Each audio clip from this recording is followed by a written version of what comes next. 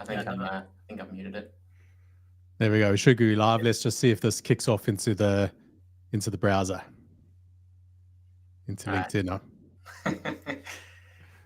Is this a test run? First run through for you lads? Mate, we've done this a few times. We still just shit at it. Yeah.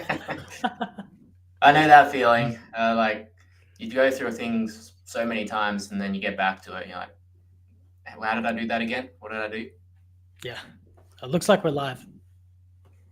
Awesome. Good to go. Amazing. Click to join.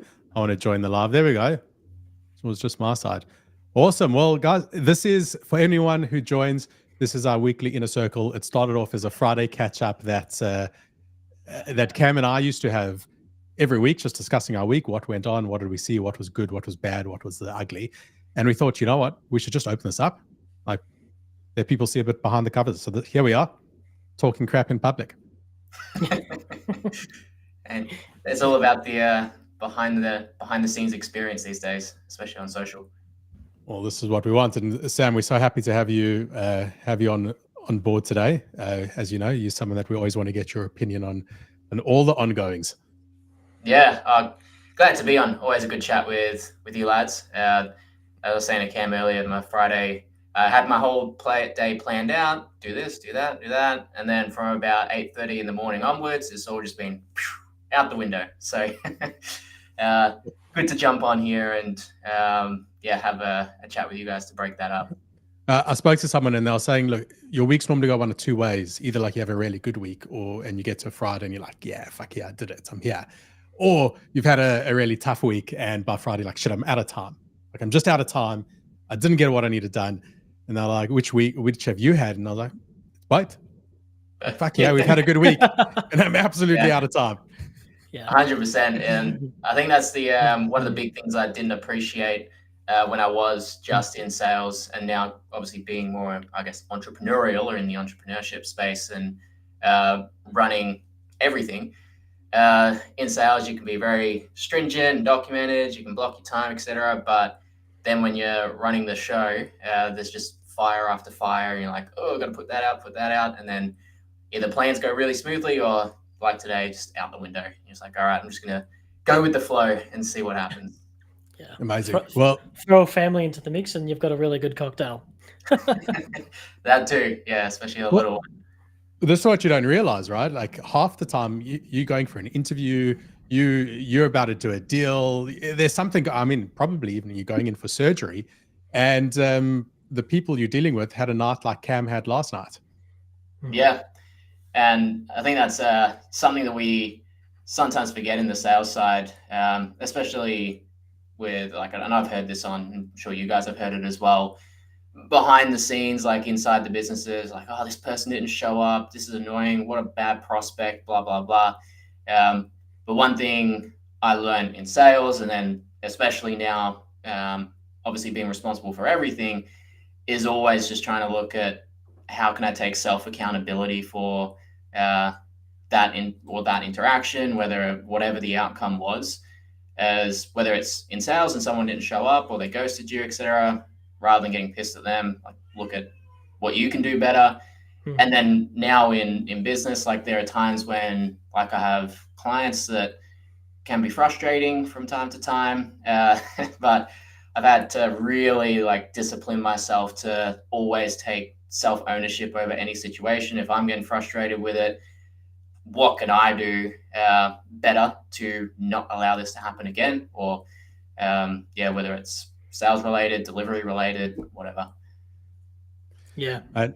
Also, it's so funny. So Kevin's just posted in the chat here saying, any tips on how to keep a tight agenda when there are 3 people on the prospect side? And I thought he was going to say, are there any way to keep a tight agenda when there's 3 people on a podcast? I'm like, fuck, coming out of the gate firing. I'm like, geez, I know we ramble here, but I haven't figured that one out yet.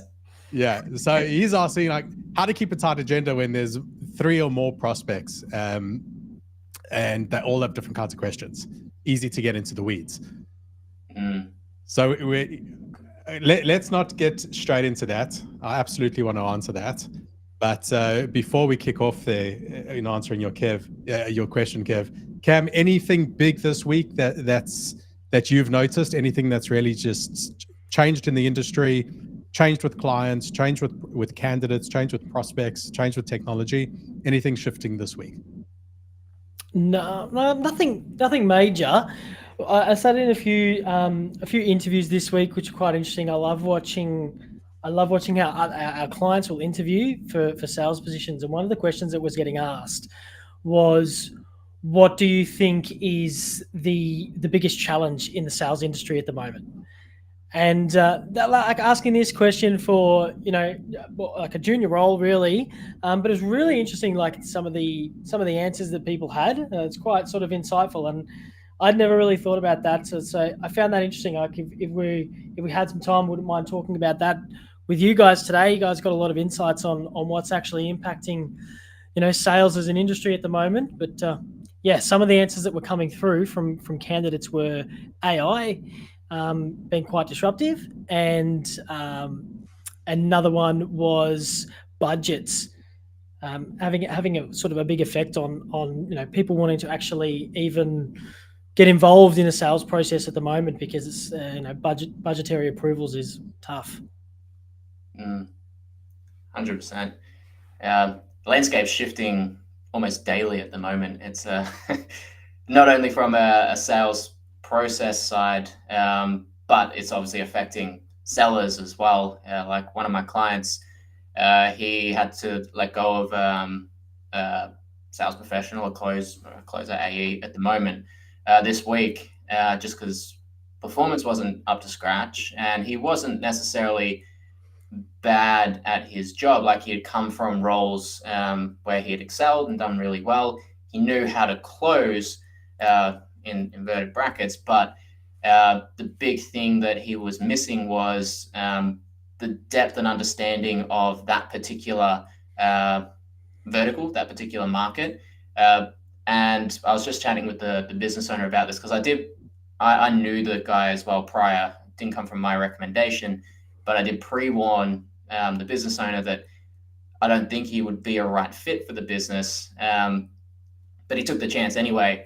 And then when we were reflecting on it, we were talking about the difference between like mercenary and missionary salespeople. Like the mercenary ones that are just bouncing from ship to ship to ship, trying to find best deal, where can I make the most money, etc. Versus the ones that do just knuckle down, focus with whether it's one company. And sometimes, like I've been there, where you do need to jump ship, and you do, whether it's bad leadership or bad offer, and you do need to just get out. But I think a lot of the time, the closers or people that I see that do that bouncing pattern, they tend to neglect the fundamentals, and that creates a skill gap within them that they can't just pick up and take it to another company. Like this guy, for example, he was good at his previous role, which was more in the fitness industry, etc. And he knew that lingo so he was able to perform in that space at a reasonable level. But bringing that into a professional services space, he didn't have the necessary skills or acumen to go deeper and actually excel in that role as well. And I found that quite an interesting dynamic. Is that the issue of the person? Because I see this all the time. Sellers can bullshit. When you've been in enough roles, you know what managers are looking for, you know what people want to hear. And so that surface level, that top 50% of a conversation you can all have. It's the bottom, the deeper levels, the kind of questions you ask, the nuances of the industry that are much harder to come by. Yeah. We're seeing the shift with the SDR, BDR role. People are wanting more deeper, more meaningful conversations with prospects. The prospects are wanting that with the sellers. And so SDR, BDR roles under a bit of pressure. It's no longer just quick and easy. Do you want to talk about a CRM, book a meeting? But is this more of a mishire in that the company needed the ability to train a person on this industry information and shouldn't have hired someone without it? Yeah, I believe it was a mishire. And hence my warning. Initially, I didn't feel like he had the skills required and wasn't doing the self-education to bridge that. And I only knew that because I knew him personally. And he's a good friend, so I'm not like trying to throw him under the bus, but just knew there was a gap. between where he was at and what the business was expecting.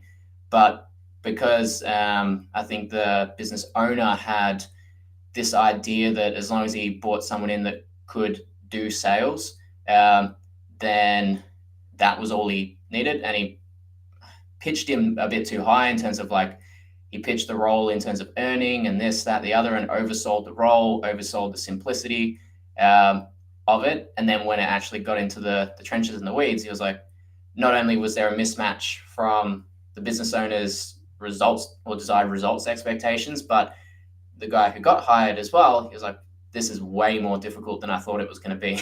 He didn't really set me up for success here. Yeah, that's very interesting. Someone's just commented, if only they had pointer. Thank you. Yeah. Well, I mean, yeah, often, yeah. Brandon brought this up, that classic, get me someone who can sell. Yeah. What is selling? Some of the best salespeople I know are not sellers. The best enterprise sellers I know are project managers who know how to facilitate a buying process. They have the right attributes, of course. So they have the resilience. They have a whole lot of attributes that they need. But the ability to sell is really the ability to help someone buy and remove obstacles from their own decision-making processes. And, coaches sell, parents sell. Everyone's selling something. It's just, what are the actual skills you need? And so often I think is just completely misunderstood. But that's why a lot of this can be taken from place to place. I've seen this. Tell me on this one. I've gotten a lot of, like, we want someone with tech sales experience. What do you think of that, Cam? Like, is tech sales experience any difference to, Sam, like, you've done a lot in the fitness industry. Like, is it any difference to sales there? You go, Cam, if you want to hit it. Well, I mean, occasionally I have to let candidates down because they're getting knocked back for a role because they don't have industry-specific experience in, say, SaaS or even just a similar vertical to the software that they've applied for. And yeah, I think it's a really tough one because I'll go back and touch on what Sam was saying is good sales fundamentals, they're transferable. Right, you can have a good seller. Like, I've seen some great sellers in like a financial services, B2C, really just strong with the personality sell, and they can connect with a mum or a dad investor. But throw them into something that's more complex where they have to do deeper discovery, follow through a buying process, and deal with maybe some procurement and things like that. They're just going to be head underwater. So I think, like, I don't think it has to come from tech experience specifically, but like Sam's touching on, what actually the fundamentals of the skill sets that they have, because that's clearly going to be transferable. Yeah, I agree. I think if you can, more so, I guess what, as Ricky said, like, the better if you can facilitate a sales process or a buying experience, then that is transferable to any industry. Like, if I just use the example I was giving before, like, the difficulty with this guy transitioning from fitness to professional services is all he knew was fitness, but he didn't spend the time or wasn't trained to develop the foundational sales skills to transfer those skills to a different industry. So he knew how to talk fitness lingo, get people excited about losing weight, getting in shape, et cetera, but that was all he knew. And it's funny because in fitness, the sell is often the getting people motivated to want to take action. Hey, you want it? They do it, and they buy the membership, or something. I don't know what it is. They come to the session. Whereas in software in particular, I mean, in some ways it's similar to a gym membership, but it's a recurring revenue model. You really have to sell to a problem and deliver impact. Like there's a lot more to it. It would be about structuring their routine. It would be about structuring how they're going to come. It's going to be structuring their meal plan. It's going to be structuring, looking at all the obstacles in their life. Like, you're not going to be able to come to gym when you've had a night because you've got a new baby and you're not sleeping. Like, you'd have to go through everything to work out what kind of a program they need. You can't just get them all harped on health and think that's going to be enough. And then handball it down to the next team and go, here you go, guys. Yeah, there we go. We got a new sign up. They filled in the form. My job's done as a salesperson. I'm on to the next call, because that's just going to be a straight up churn.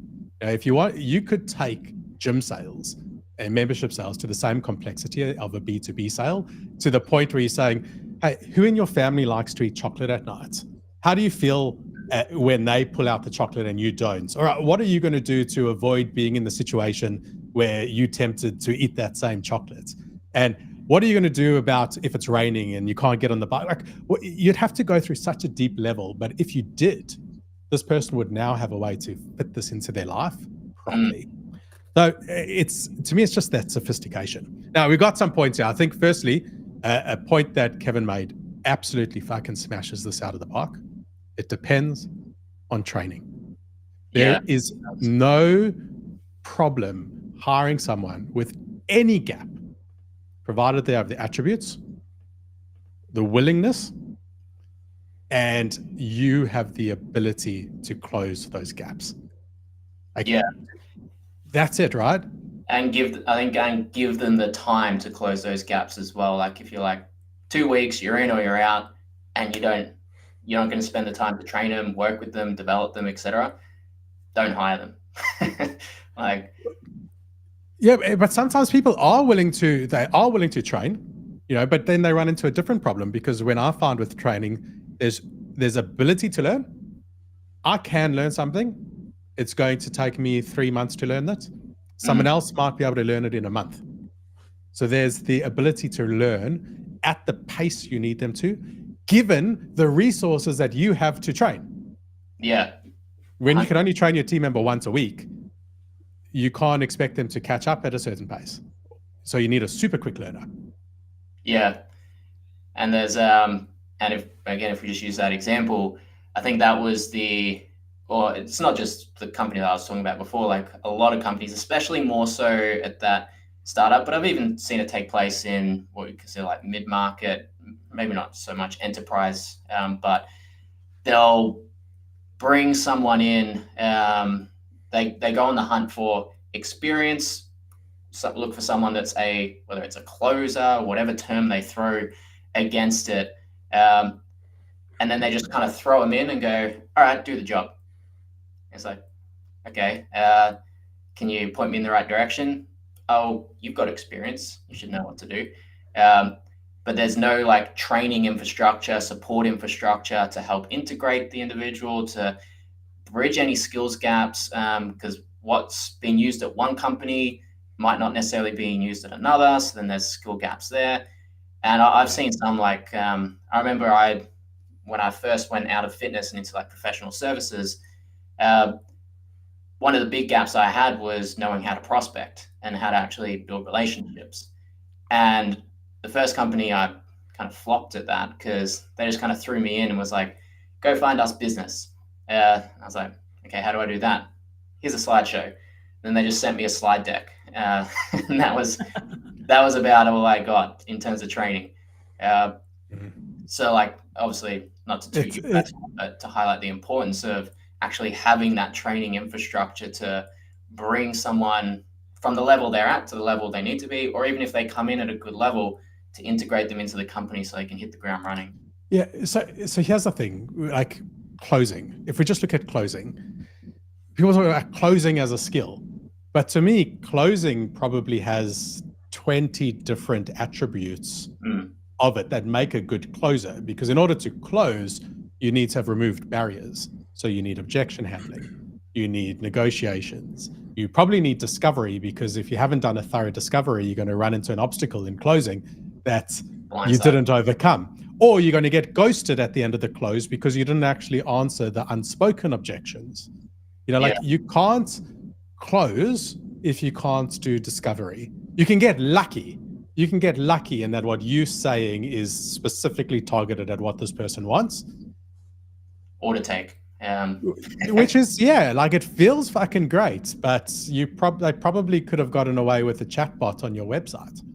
Yeah, and I think one of a quote I can't remember where I heard it, but a quote that stayed with me for a long time through my sales career is, a person convinced is of the same opinion still. And when it comes to, as you say, like just getting the close, but not uncovering the right pain points, etc., and you get ghosted or you get churn, and you're just pushing people through, whether it's based on hype or just knocking the prospect through. If you've had to convince them to make the decision, then they're probably going to get buyer's remorse pretty quickly. But if you can go through the process, I love that saying, because you can't change people's mind. I'm convinced. You can tell me, I'm absolutely convinced, and I come home and I'll speak to my wife and go like, I spoke to this person today, I'm super keen, this is what I want to do, and then she'll talk some sense into me and say no, or whatever. Like, we decide it's not a good idea, and now the deal's done. Like, the deal's dead, because what they had failed to recognize was who the decision makers. Again, this is classic discovery now getting in the way of a close. But a lot of companies don't have the ability to hire, to train these skills, so they've got to hire for the skills. And then we run into this problem that you've just brought up earlier today, Sam, with your friend from fitness into professional services. Does the skill that they have perfectly translate to what you need? Because if it doesn't, how deep is their knowledge? Like, I could try one way, it didn't work. All right, let's try the other way. And that doesn't work. Okay, let's try the third way that we used at this other company. That doesn't work. Let's try the fourth way. Some people have only ever done one way. That's all they know. If it works, it works. Awesome. And if it doesn't, they've got as much experience in the alternatives as the new hire that had nothing. Yeah. And that was the experience I had when I went from fitness to like professional services myself, like 8 years ago now, was I had a skill set around like being able to generate leads through paid advertising, and have those leads come in, somewhat inbound, and then make the outbound call. And I knew how to do that process really well. But then when I had to go into a process where I needed to generate my own interest, generate my own demand, and build relationships earlier on in the cycle without people even putting a degree of a hand raising, I didn't have that skill set at the time. And that in itself is a skill that needs to be trained, needs to be developed. So that probably comes back to what you were saying before, the hiring process, as to, are you hiring for the right skills?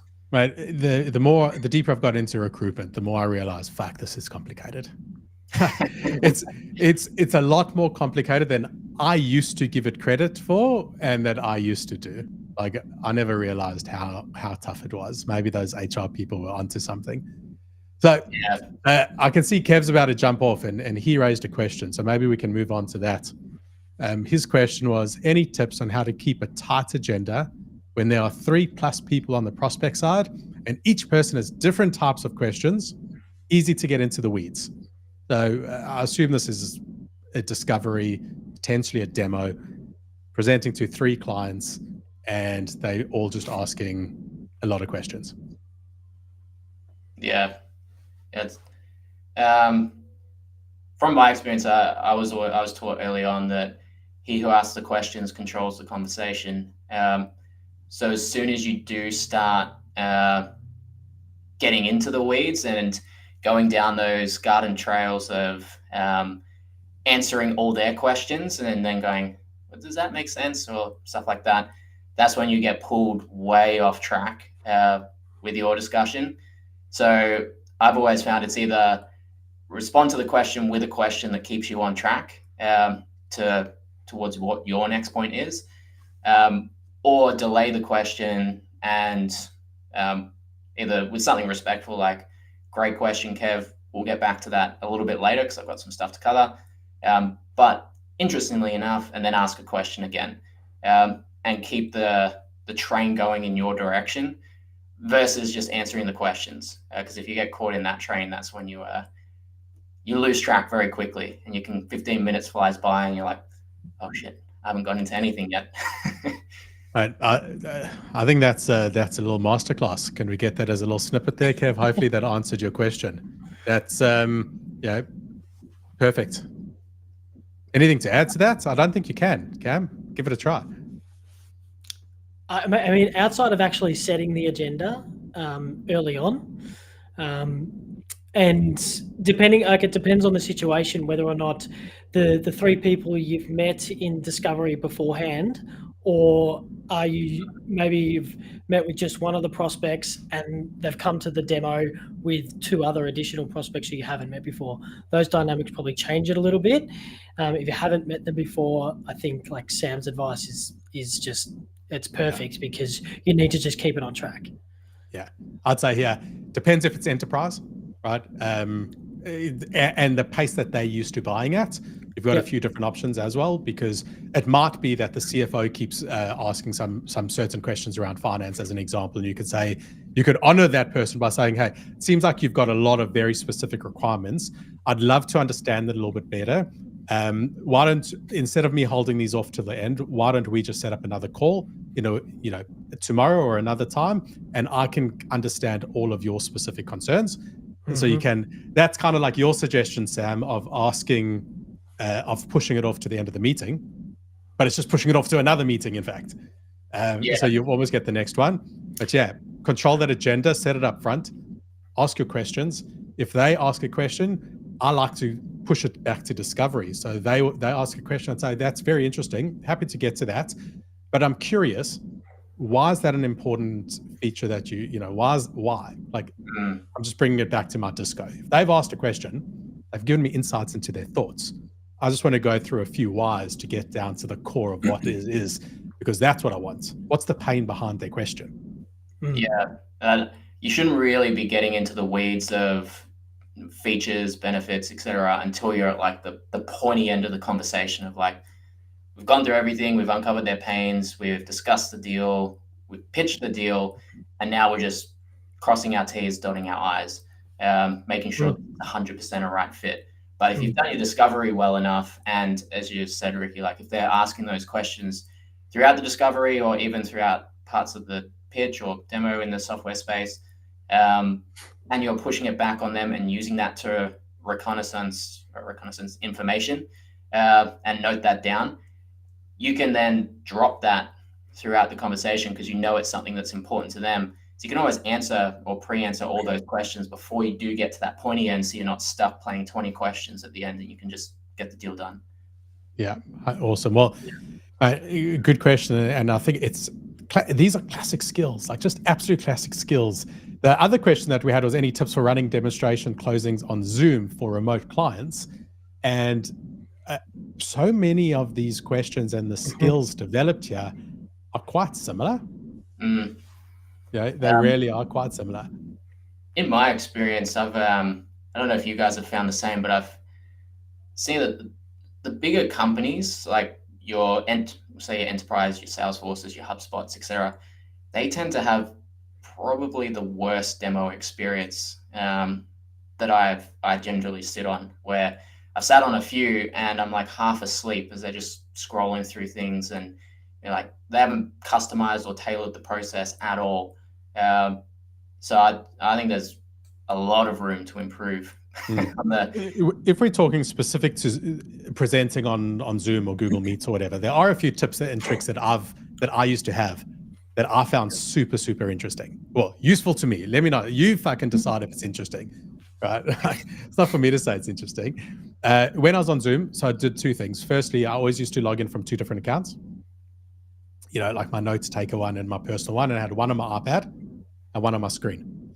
Because one of the issues with Zoom is once you're screen sharing, you can no longer see their faces and you can no longer see what they're seeing because you're just looking at your screen share. So I'd have my iPad next to me that I could still just keep a view on their faces so I could see if I was losing them. Like there was tricks like that. And coming out of screen shares. When I screen share, it's to show them one little thing and then I'm back trying to do face to face. I think that's the big key is like, don't sit there with a screen share for an hour going through every single little thing. Your discovery should have highlighted the core elements that are really important to them, the core solutions, etc. And now you can tailor that whole experience towards them. And you should only be on screen share for, depending on how long the pitch goes, 5-10 minutes, as you said, just jumping in and out for, hey, this is relevant based on what you said in our last conversation. Yeah. Let me show you how that works. But then get back to that face-to-face experience as quickly as you can. Yeah, because it's you said you had this problem. Let me quickly show you how you could solve that problem. Yep. Then it's out of that saying, what did you think? Is that something, would that solve the problem the way you want it solved? Like now we're back into just a normal conversation. Yeah. And you're controlling the narrative of you're influencing the buying journey. But I think the difference with Zoom, it's fucking boring. We are all sick of it. This is the problem. Like, you've got to make it interesting. 100%. Yeah, I was going to say, like, Sam, you hit the nail on the head, because I learned a lot about doing demos online in one of my previous roles. And initially my demos would go for up to an hour, sometimes over, and they would blow out big time. And I sort of realized I was so keen to show the product that I wanted to show them everything. So one of the biggest things that I learned is, after you've done your discovery, when you're coming into a demo, I would always just start it off and say to, Ricky, we've had a bit of a chat. You know that this program does X, Y, Z. At the moment, you're probably struggling the most with this, but of the few things that I've told you about so far, what did you want to see the most today? And just let them highlight what is probably the most important thing to them. And then I would just go there. And after I show them that part of the product and go through the features and benefits of there and how that helps them solve what they've identified as being the most important problem, that's when I'll just move to close on the demo. And then if they weren't ready, then that's when I could bring out, okay, well, I'll show you something secondary to some of the problems that you've mentioned, and we go through that way. And demos would close a lot higher conversion rate, but also the demo time was reduced dramatically. Right. Everyone loves their own fucking software. Yeah. It's one of those things. But you know how few softwares I've actually looked at, like logged in, they've shown me the back end, and I've been like, wow. Yeah. Right? It's always disappointing. It's always like, new interface, I'm a bit confused. Oh, the graphics isn't that good. Oh, wow, when they click, it's taking so long to load. That's going to be, it's always disappointing. Yeah. And something that I've found useful now that I've implemented in my business, which isn't always implementable depending on the hierarchy and what your boss and managers allow you to implement into the sales process. But previously in the professional services space, we'd have like pitch decks, for example, and you would collect your information or your insights, and you would go through these pitch decks, and similar approach, like jump in and out. But there were common questions that everyone would ask that would just pop up every single time. And they would waste 10, 15, 20 minutes going through this same information with each pitch. So all of those common questions, or those common, how does this work? What does this do, etc. I just made little snippet content pieces and videos that in between, so it's a tool I call like tasking. So like I give them tasks to do between the previous call or the first call and the second call. One, because I want to create a collaborative selling experience, but I also want to encourage more emotional buy-in, more time investment, mental investment, because the more mentally and emotionally invested they are with me as a part of the buying process, the better odds I have of influencing that buying decision. So I make little content pieces, or like 5-minute, 10-minute content pieces that address some of those common questions, as well as common objections as well. So things that, like I consult to a lot of fitness businesses, for example. And one of the things that I always recommend them to do is create a short 10 to 15 minute video that address, make it a value video, like edutainment style video, but it addresses common objections like partner objection, money objection, and time objection, but not in a way of like, hey, you've got the money, you've got the time, blah, blah, blah, in a way that's educational. So for financial objection, for example, it would be around, most people believe that living a healthy lifestyle is expensive. Let me bust that myth for you today. Or the partner objection, you create a little short snippet around the importance of having a supportive network and how to get your most important people bought into your health journey. So you're educating them on how to overcome their own objections. So I've used that throughout now I do obviously more marketing and sales stuff. A lot of the common objections, like one, for example, around paid media, is that paid media is expensive. You have to spend a lot of money on paid media. So I have a short little snippet that goes, now most people believe that you have to invest thousands and thousands of dollars before you can see a return on your paid media investment. Let me break this down for you and educate them before that next call. Have you read Selling With by Nate Nasrallah? I have not, but I'm going to note that down now. Oh, mate, I'm going to drop you a link to his course. So very much enterprise sales play, but it's all about buyers enablement. Yeah. It's all about saying like your champion, the person you're selling with, needs to be empowered to facilitate this deal internally with all of their stakeholders, because you, the seller, are not invited to the fucking boardroom meeting where they're making the decision. Yeah. Like it's your champion that's saying, we've done the investigations, we've done this is what we're proposing, this is the implementation plan. And it's going to be their CMO, it's going to be their CRO, it's going to be someone on their side, their wife, if you're in B2C, saying, I don't know. But if you need to be able to sell the people that in your circle, and so, mate, you're doing it, so you haven't even read the book. But yeah, it's such solid advice. Let's jump into, we got one more question and then we can wrap this up. Like these things are just meant to be a little bit of a chit chat at the end of a Friday, right? I imagine all of us could keep going forever. Last question was, we're a school and the biggest challenge is education to the market that don't know a tech solution exists. Sounds pretty classic. Yeah. We sell to school, not to the inner school. This one's a classic. Where's that go? They sell to schools or they sell? They sell to schools. I've just brought up on screen. No, that's the wrong one. This is the one. Some schools will be a challenge.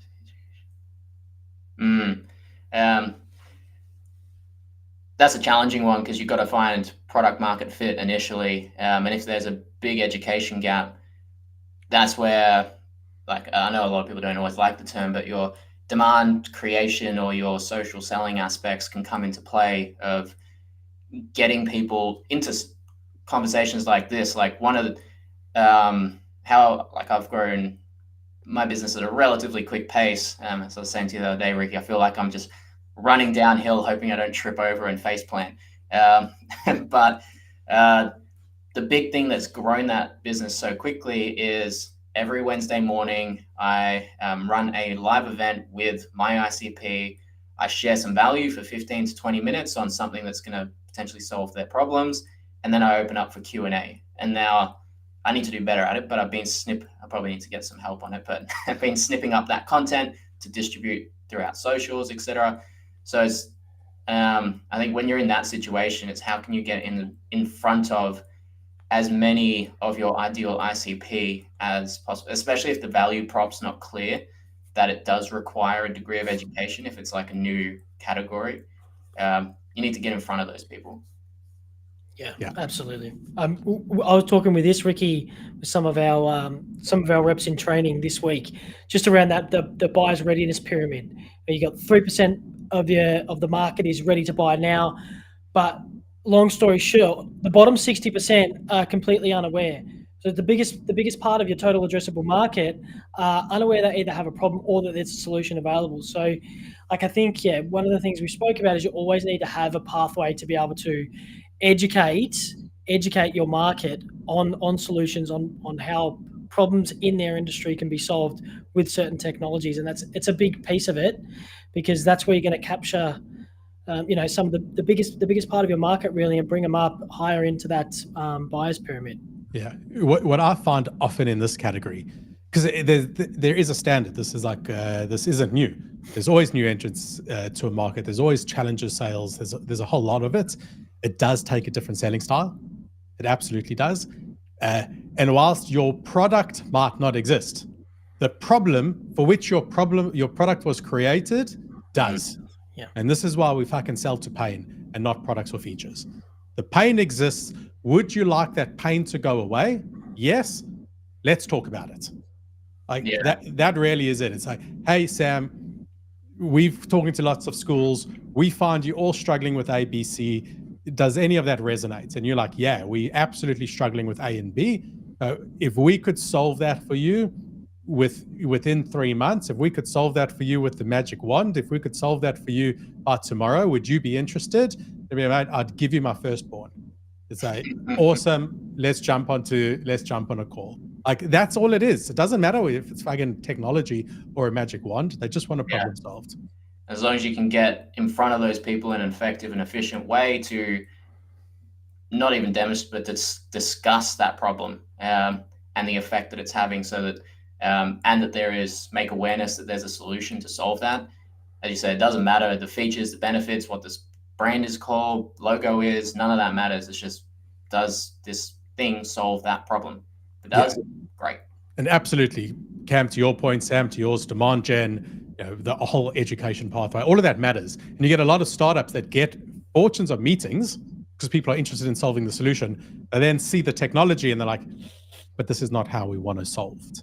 So it still might have that your product market fit issues, but yeah, it's really that education piece. And Kevin, or whoever asked that question, if you're still listening, absolutely, this is where a great opportunity for your community-based selling, demand generation, pull in all of these different personas from your schools into round tables, discussing the challenges, and you just happen to be sitting in the room whilst they're talking about the problem. Yeah.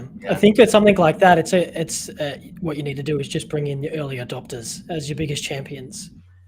And I think to second the point, Ricky, you were making just then, it's when you're at that stage, you need to have conversations by whatever means necessary. Whether you're going outbound, inbound, running live events, running meetings, you need to get in front of your ICP and speak to them, because you could spend all day tinkering with the product and playing around with it. But like you said, Ricky, even if they're attracted by the solution, but then they look at the product and they're like, not really what we want, you won't know that unless you're having those conversations. So I put a post up about this the other day. Like, there's no way to get around just doing the work. Like, get on the phones, get in DMs, get in messages, speak to people. Anyway, guys, it's the bottom end of a Friday. I'm on a little bit of a ginger beer kick at the moment, so I'm looking forward to one. I go through phases. I've been whiskey, wine. At the moment, it's ginger beer. So, but no, the idea here, just to wrap it all up, is Cam and I used to talk every Friday. It was originally just part of his onboarding. Like, hey, mate, how was your week? And eventually that evolved into, what did you learn this week that you can teach me? And eventually it just turned into, hey, like, these are just awesome sales conversations that we love having. Let's just include others in our chat. So Sam, it was amazing to have you here.